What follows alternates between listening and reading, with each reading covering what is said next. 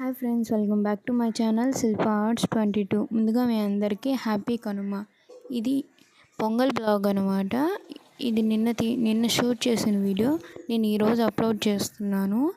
నిన్న మేము చాలా హ్యాపీగా సెలబ్రేట్ చేసుకున్నాం పొంగల్ని. మీరు కూడా చాలా హ్యాపీగా సెలబ్రేట్ చేసుకున్నారు అనుకుంటున్నా. మార్నింగ్ లేచి అందరం తలస్నానం చేసి ఇల్లంతా డెకోర్ చేసుకున్నాం ఫ్లవర్స్తో. అండ్ ఫ్లవర్స్ అన్నిటితో తోరణాలు కట్టుకొని మాకు ఆచారం అనమాట. కుండలు పెట్టి పొంగల్ పొంగించాలి. రాళ్ళు కడిగి రాళ్ళ మీద కట్టెల పొయ్యి మీద పొంగించాలన్నమాట. మీకు 2 కుండలు కనిపిస్తున్నాయి కదా. పెద్ద కుండ వచ్చి పెద్దలకి, చిన్న కుండ వచ్చి అంటే సూర్యదేవుడికి. పొంగల్ పొంగిచ్చేసాక బయట పెద్ద దబర కానీ కుండ కానీ పెట్టి ఫస్ట్ సూర్యదేవుడికి పెట్టాలన్నమాట.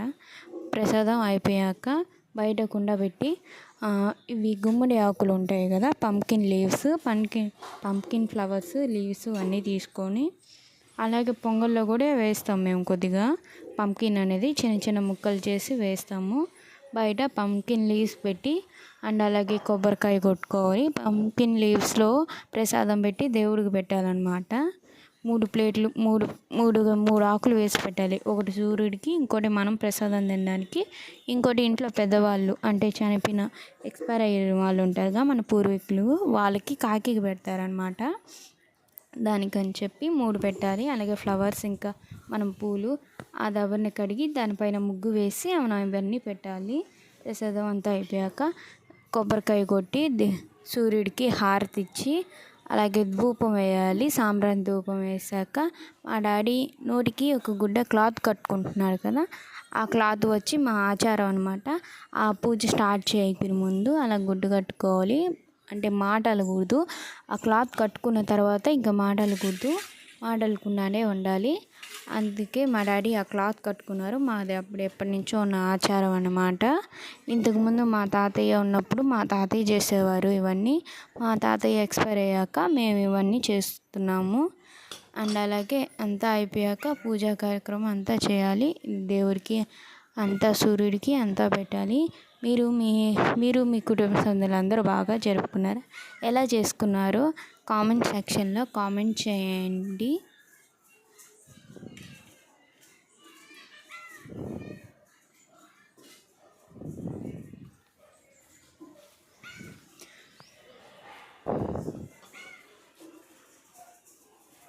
ఇప్పుడే కొబ్బరికాయ అంతా కొట్టేశాక నేను కూడా బాగా రెడీ అయ్యాను అనమాట. మా డాడీ కొబ్బరికాయ కొడుతున్నాడు.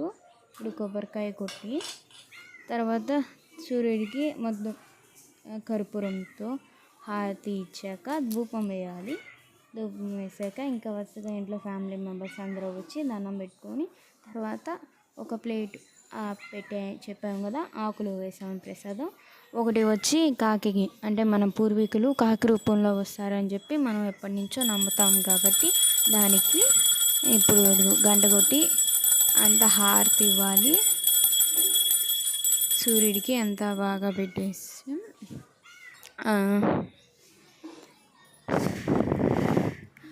పెద్దలకి పెట్టుకున్నాక ఇంకో ప్లేటు అక్కడే సూర్యుడికి వండించి ఇంకోటి మనం తినాలి. ఇంట్లో మెంబర్స్ అందరూ తినాలి. తర్వాత అదంతా అయిపోయాక ఆ పూజ అయ్యాక ఇంకా ఇంట్లో ప్రసాదాలు, ఇంకా సాంబార్, వడ, పాయసం, పొంగలి, ఇలా మనం ఏమేమి స్వీట్స్ వంటలు చేయగలుగుతామో అవి చేసుకోవాలి. అన్నీ చేయాలని రూల్ ఏం లేదు. మనం ఎన్ని చేసుకుంటామో అన్నీ చేసుకుంటాము. తర్వాత మా తాతయ్య ఉన్నప్పుడు మా తాతయ్య చేసేవారు, కానీ మా తాతయ్య ఎక్స్పైర్ అయ్యాక మేము చేస్తున్నాం. తర్వాత మా తాతయ్య పడడానికి డెకోర్ చేసి పూలు అన్నీ పెట్టి మా తాతయ్యకి ప్రసాదం పెట్టి కొబ్బరికాయ కొట్టి అలా మా తాతయ్యకి బట్టలు పెట్టుకొని అంతా చేసుకున్నాము.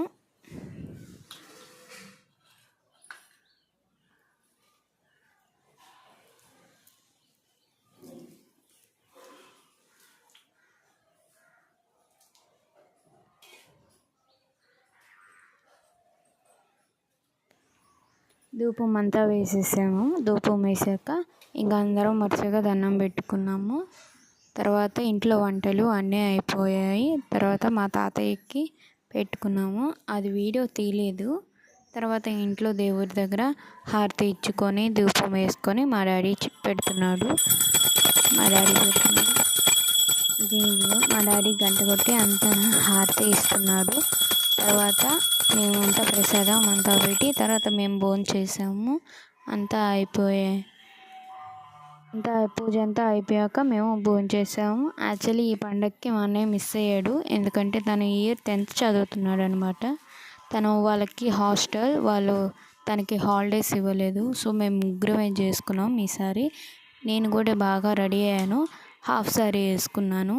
పిక్స్ నేను వీడియోలో పెడతాను. హాఫ్ సారీ వేసుకున్నాను. మా అన్నయ్య కూడా తను అక్కడ చాలా బాగా సెలబ్రేట్ చేసుకున్నాను. నా వీడియోస్ నచ్చినట్టయితే please like, share and subscribe. Bye.